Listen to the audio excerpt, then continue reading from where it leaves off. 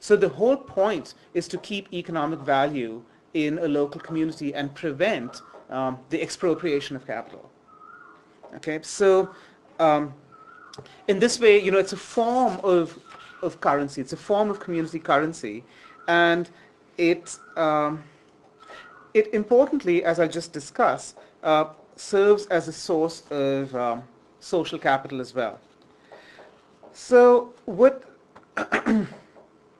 the Littleton model became really successful in Aotearoa, New Zealand, and uh, it has been taken up by several other communities, including my own. I'm involved in the Time Banking Initiative in Hamilton, which just started. I've got a master's student who's using it as a thesis project to actually start the time bank and then study what the issues were in starting it. So it's being uplifted in different parts of the country, and it's turning into sort of a really interesting kind of there's a lot of energy around it, and I guess it's easy in a sense to see how the success of this time bank can emphasize the really crucial role that resistance plays in developing community resilience. Okay? And here you can see how a successful low-cost initiative could establish a viable, rich and sustainable alternative to the larger expropriating global economy, and simultaneously building relationships between community members, and also resulting in more successful other local ventures, including the organic garden and the market. Those started because of the time bank.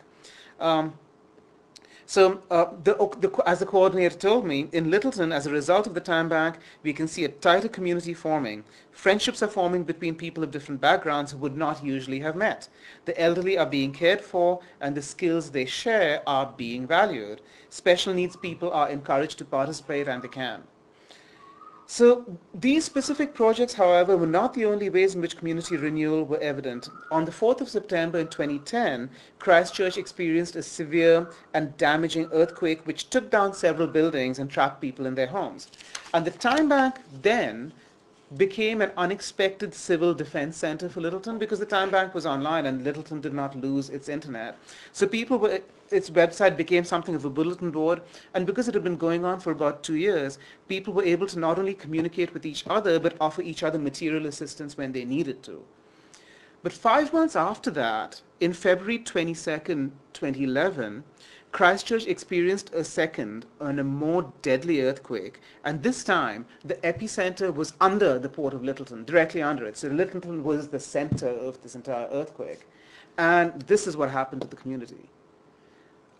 More than 200 people died in the city. Several people died in Littleton. The town was kind of destroyed. And there was a prolonged power outage. And so people couldn't log on to actually see what kind of who was doing what and how do we log into the time bank. There was no electricity. There were these Littleton, if you saw that picture, is on the side of a hill, and there were these gigantic boulders that rolled down the top of the port hills and smashed through people's homes. You can actually see it right there, and ended up killing a lot of people in the process. And even though there was no time bank, because the time bank had been operative, it had been wildly successful, and more than half the town was on the time bank, people knew who to go to, right? Community members were able to get in touch with each other, go to each other's homes, take care of the sick, take care of the wounded, ensure they had food and water, and begin the arduous process of of reconstruction. And when I visited Littleton a couple of months later, the damage was still really visible. And shops had been closed, homes had been destroyed, and several people, as I said, had died. But the community was thriving. People had begun to repair their homes. Citizens were helping each other, trying to help each other recover. And as one person told me at the time, Christchurch's population, thank you so much, has decreased by at least 50,000 people. And for a city of 350,000, I actually understand that it's decreased by 80,000. There are about 270,000 people left in that city. Its population has decreased by 50,000 who can't handle the shakes, but we are still intact. Very, very few people have left. This was the epicenter, and for people not to leave it says something about the place. That, to me, is a demonstration of resilience. That kind of resilience is more than just coping with the effect of an earthquake. It is the active construction of a community. It's that it involves a dialogic construction of a kind of newness that transcends adaptation. Right? So in systemic terms, I guess the Littleton case shows us how social systems can reach a new equilibrium, which is more than just the maintenance of stability or the absorption of shock. It's more than that, I think. Okay, so let me then try and bring all this together and talk about a couple of implications. Some are pragmatic, but the first one is theoretical. Yeah, there we go. So, I started off by trying to situate eco-localism not as a new form of globalism or as a form of convergence, but as a form of post-global location.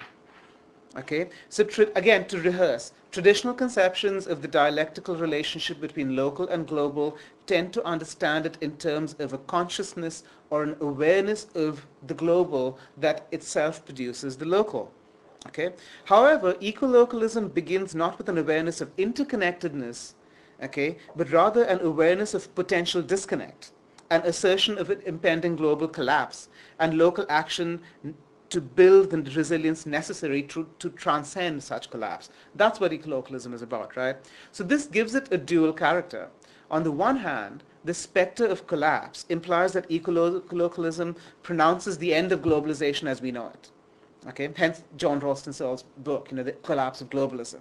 On the other, the awareness of potential disconnect does not deny, but conversely adds another layer to the idea of a global consciousness itself. Right? And this duality is what, to me, makes ecolocalism post-global, right, rather than global per se. So this has implications for organizational studies on several fronts.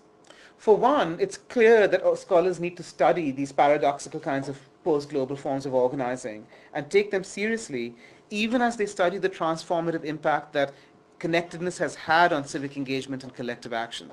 So I think that studying ecolocal movements can eventually transform how we understand social movements because,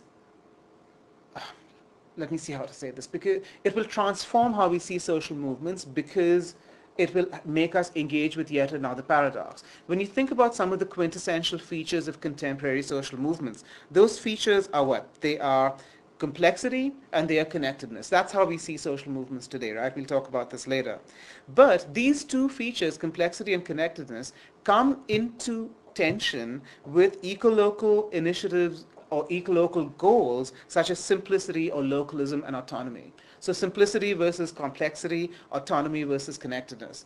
So that I think will really sort of like shake up, I think, how we eventually understand what a contemporary social movement is, when its very goals stand in tension with what we see as its features. Right? So So I also want to talk a little about social movement success, and I want to talk about success because it is a word that we are scared of using, because in communication studies in general, we have come so far down the line of seeing social movements as constitutive, that we have stopped seeing them as strategic. So I think of Darrell Enkwenger's work, for example. I mean, and this is very American scholarship, I might add, that says that, well, what social movements do is produce identities, whether these are movements about sexuality or ethnicity or class. Social movements are more than strategic, they are constitutive, right? They create a community, they create a group, they create... so it's in that sense that we need to understand, that body of work says we have to understand this as, in terms of what it does for identity. But as a result, we've forgotten about strategy, I think. And so what I want to do is close this first half of this presentation by talking about movement success. What does it mean to have a successful social movement? And I really like what Charles Tilley has had to say about this. What he says is, rather than try and measure the success of a movement by its formal goals, right? So the formal goal of a movement can be incredibly abstract. It could be, I don't know, to blow up the world, right? But so rather than see whether or not that goal has been successful or not, what you try and do is evaluate movement success in terms of what he calls wonkness, right? WNC, that is worthiness, unity, numbers, and committedness. Right? It says these are four incredibly important dimensions of movement success that are crucial for movement organizers. So I like the frame. I teach it. I think that it really helps students understand how to assess a social movement. So, for example, for the transition initiatives movement, have they been successful in communicating the worthiness of this cause? Of the importance of acting locally on both peak oil and climate change. And in a sense, the growth of the movement, I think, sort of testifies to that. Likewise, unity. With what measure of unity are people acting within the movement? And my assessment, however informal, is that again, I mean, that there is no obvious disconnect. There doesn't seem to be a whole lot of internal segmentation, although I imagine that will happen. In terms of numbers and in terms of committedness, I think the movement also registers rather well. Um, and